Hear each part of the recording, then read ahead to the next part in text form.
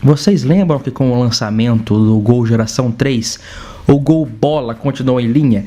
Era o Gol Special, uma espécie de versão básica, extremamente básica de entrada.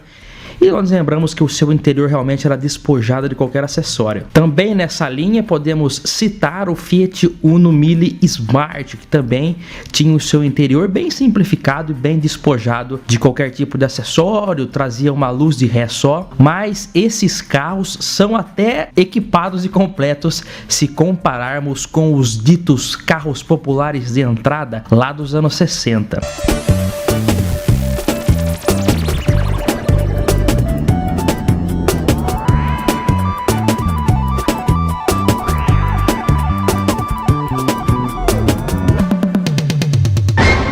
Olá amigos do canal PL, seja bem-vindo ao seu canal de literatura automotiva e nostalgia. Que prazer ter você aqui, né?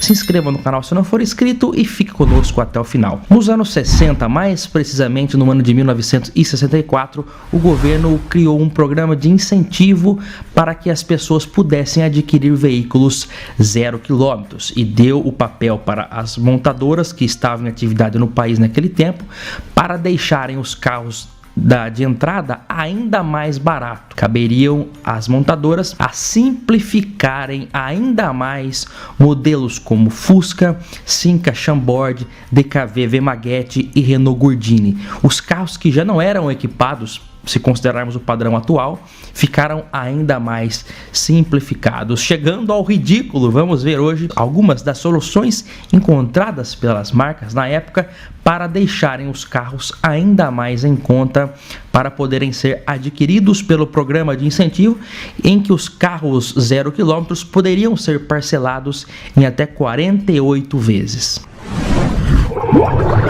Eu vou começar aqui pelo mais despojado de todos, né? A Willys realmente, que fabricava um produto Renault, que era o Gordini, tinha também a opção do Dolphine. Ela caprichou mesmo, tirou tudo que podia. Naquele tempo, o Código de Trânsito brasileiro era mais espartano em questão de exigências. Não era obrigatório retrovisor, não era obrigatório seta, cinto, nem nada disso. E isso abriu brecha para que todos esses itens fossem eliminados. No caso do Teimoso, até mesmo a lanterna traseira, né, foi suprimida, sendo substituída por uma simples sinaleira central que também servia para iluminar a placa. Nem mesmo a lanterna no farol dianteiro era oferecida. Ou você ligava o farol direto ou nada. Não havia forro de teto, não havia seta. Para você dar seta, você tinha que fazer o sinal com as mãos, né? Imagina você querer ligar o pisca-alerta, tem que fazer assim. Se bem que nesse tempo, inclusive, o pisca-alerta não era uma exigência. Para quem não sabe, o pisca-alerta ele só passou a ser obrigatório nos carros a partir de 1973 ou 74.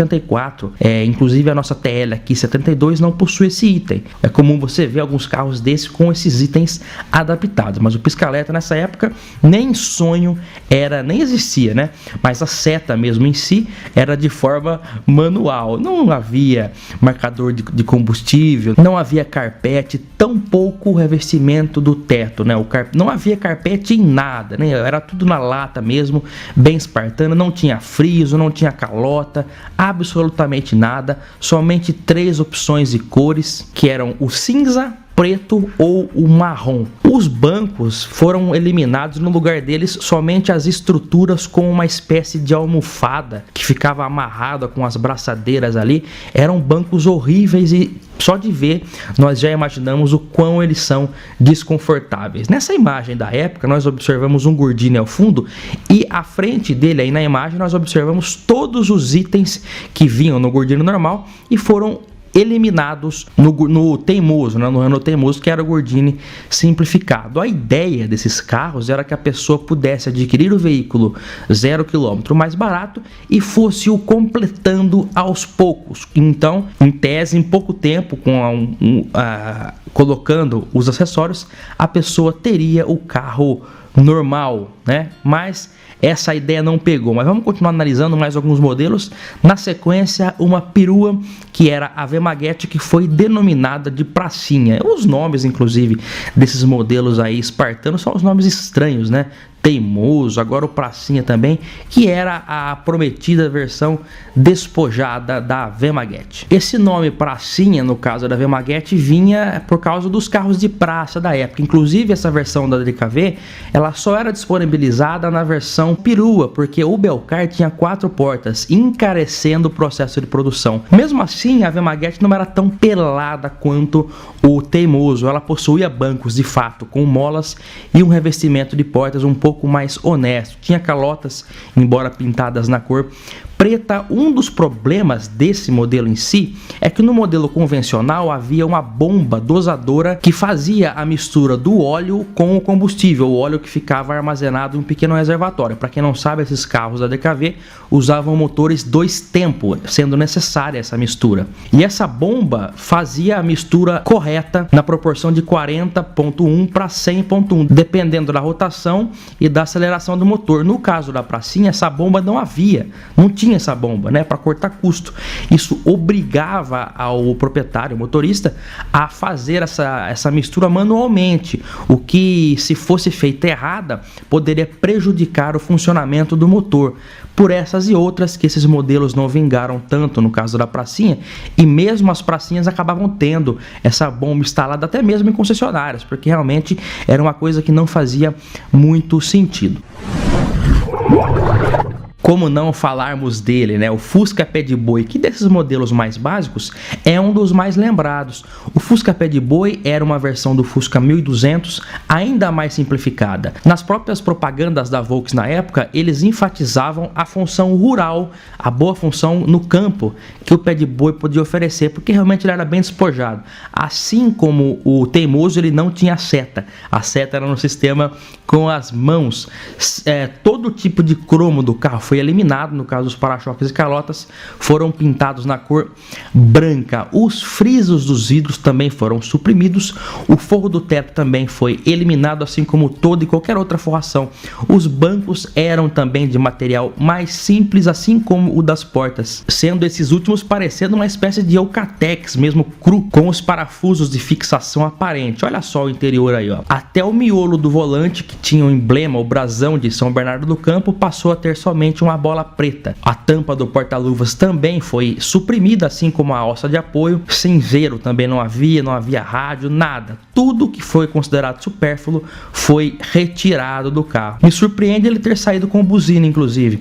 E a medição de combustível, como no caso não havia o medidor, era feita. Você tinha que abrir o tanque lá no porta-malas e fazer a medição usando uma varinha de bambu. Você enfiava a varinha e você retirava.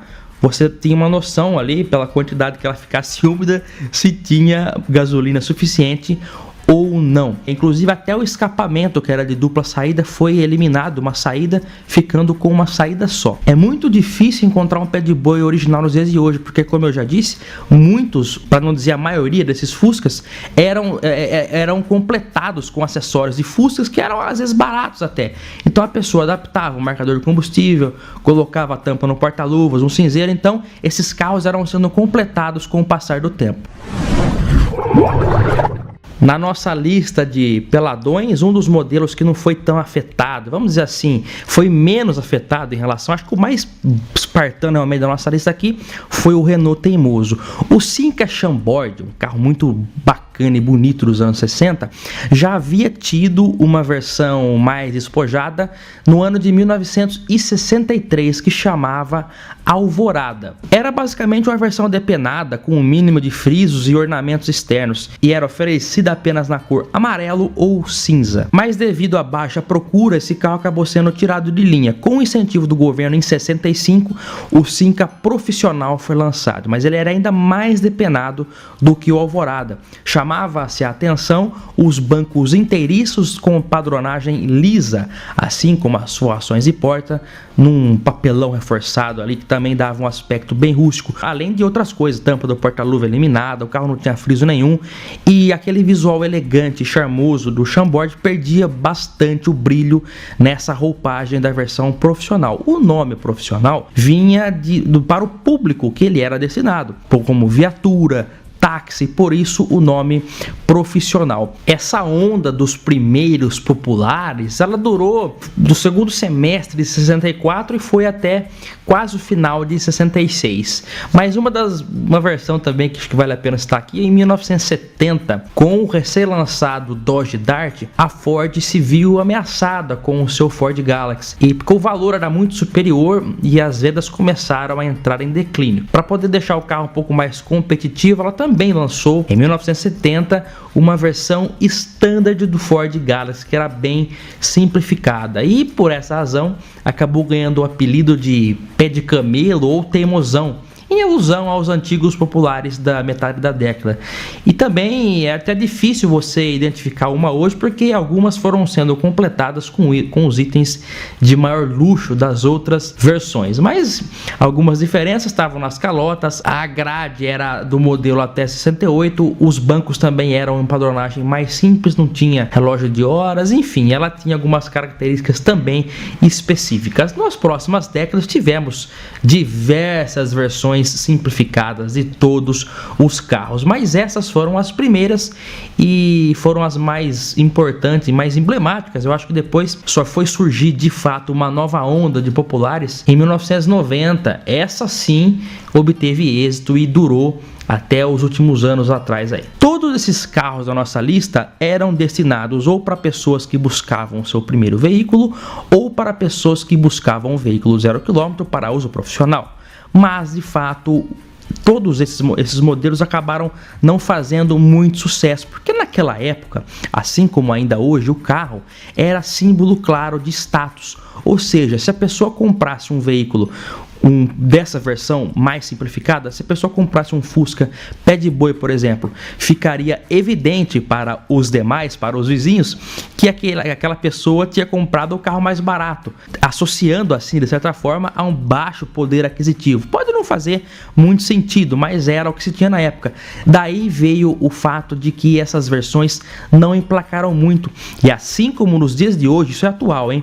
As pessoas acabavam, vamos supor, foi em 1965, as pessoas, em vez de comprar um pé de boi, um Fusca pé de boi, por exemplo, ou um Cinca profissional 65, acabavam optando por comprar um mais antigo, um 62, um 63, por exemplo, com mais acessórios, ou seja, pegar um carro usado, porém mais completo do que um novo básico. Esse pensamento é atual. Às vezes, com o valor que você vai comprar num Renault Kwid zero, que custa lá os seus 70 mil, você pode pegar um seminovo muito mais equipado e até de categoria superior. Por esse motivo, esses carros não emplacaram tanto, e mais ainda, as versões que foram compradas, com o tempo, muitas delas, a maioria, foram sendo equipadas com os itens das versões normais. Isso tornou as versões que permaneceram originais muito raras. É muito raro hoje você ver uma dessas versões espartanas ainda mantendo as suas características originais. Você já viu algum deles? Comente aqui nos comentários e siga ou se inscreva no nosso canal para acompanhar as novidades da seção Nostalgia. Um grande abraço a você e até o próximo vídeo. Tchau!